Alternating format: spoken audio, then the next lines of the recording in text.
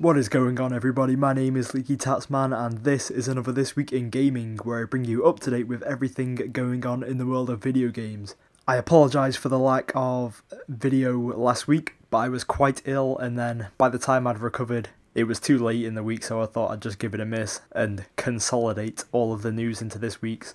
The final result being that there is quite a lot to cram into this video, so let's get going. Okay, this week there has been an absolute blowout of Wii U news. Now, Nintendo had an event, I think it was called Nintendo Direct, where basically they just announced a bunch of stuff to do with the Wii U, and I'll go over the key points. Right, they confirmed a new high-definition Zelda, which is rethinking the conventions of Zelda. So this includes the normal dungeon-style progression, as well as the single-player routes. Other than that, there are no details. They also confirmed a Wind Waker HD remake, which looks really quite stunning, although the original game looked incredible anyway, and it still holds up very well now. But anyway, a remake of Wind Waker is coming. It's got updated graphics, obviously, for HD, as well as some new features such as Miiverse and the integration of the Wii U gamepad. Both of those wicked news. I absolutely adore Zelda, and Wind Waker's one of my favourites, so really that's a massive step in the right direction for Nintendo. Some other big announcements from this event. They confirmed that Smash Brothers will be at E3, Mario Kart for the Wii U will be at E3, and a new 3D Mario game will be at E3. And this is from the makers of Super Mario Galaxy and Super Mario 3D Land on the 3DS, so it is in more than capable hands. Once again, fantastic news from Nintendo. These are the exact kind of announcements they need to be making.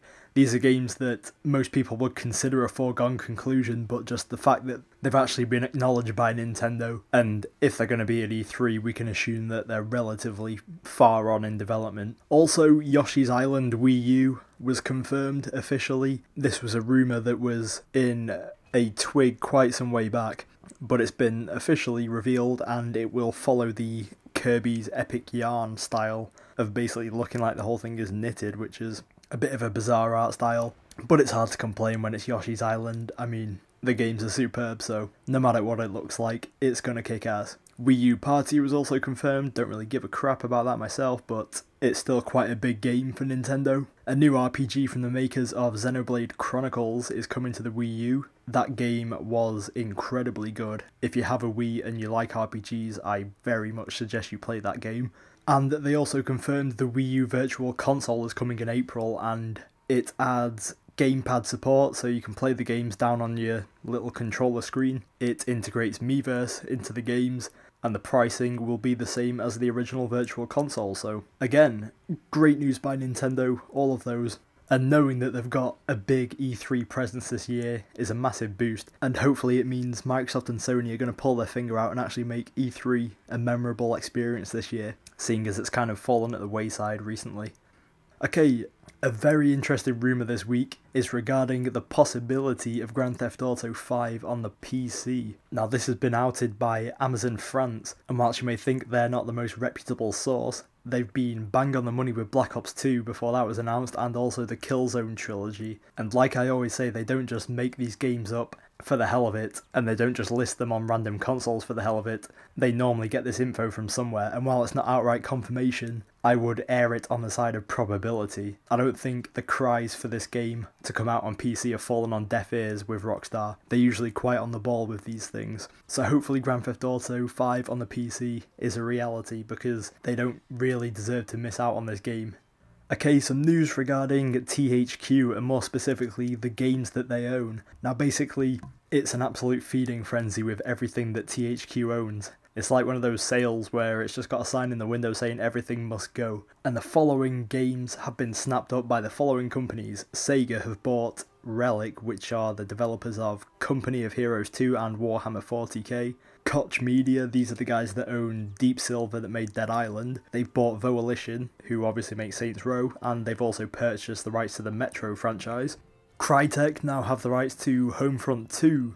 Take-Two, these are the guys that own Rockstar and 2K Studios. They've bought Turtle Studios, no idea who they are, but they've got a project codenamed Evolve, and apparently these guys are going to be buying the WWE franchise as well. Ubisoft have bought South Park The Stick of Truth, as well as THQ Montreal, and Vigil, these are the guys that make Darksiders, they are still up for grabs.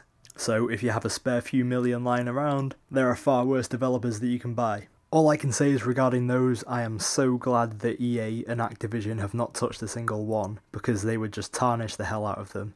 The likes of Sega and Ubisoft may not be too popular among certain people, but there are far worse evils, and I think largely those IPs are in good hands, so whilst it's obviously not great that THQ have lost so many employees as a result of this, it's not the end of the world.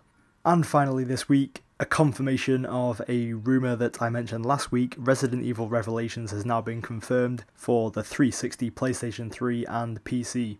No mention of a Wii U release, and Capcom confirmed that they won't be making a PlayStation Vita version. The reasoning for this, get this, they said that there are too many issues in porting the game over to do with the screen resolution. Now I'm no techie whiz, but that sounds like a pretty BS excuse to me. Look, if Capcom didn't think the game would sell well enough on that platform, why didn't they just come out and say so? We all know that's the reason. But to give some crappy excuse as that is just kind of a spit in the face to the consumers. We know the Vita isn't selling well, they know it isn't selling well, so why beat around the bush and just give some lame ass excuse? It just makes them come off as a company that isn't in the slightest bit credible. Which, to be fair, Capcom's credibility is hanging by a thread as it is. But anyway, I digress. It's still a great announcement for the consoles and PC, obviously. And it wraps up this week's gaming news. I won't go making any promises about the upcoming videos on my channel. My time is at an absolute premium nowadays. I don't really have much spare time. The projects I do have coming up I'm sure you're all aware of, so it's just a case of whenever I can get round to doing those, I will do them. And it means a hell of a lot to me that you guys stick with me through this. I know it's not great to have me releasing videos at weird times and weird days and not really any consistency behind it, but just understand that if I did have the time and if I had the resources, I would do a much better job. But for the time being, it's just a bit patchy, shall we say. But a massive thank you for all of you that are subscribed. If you could like, I would appreciate that a whole lot. So thanks and goodbye.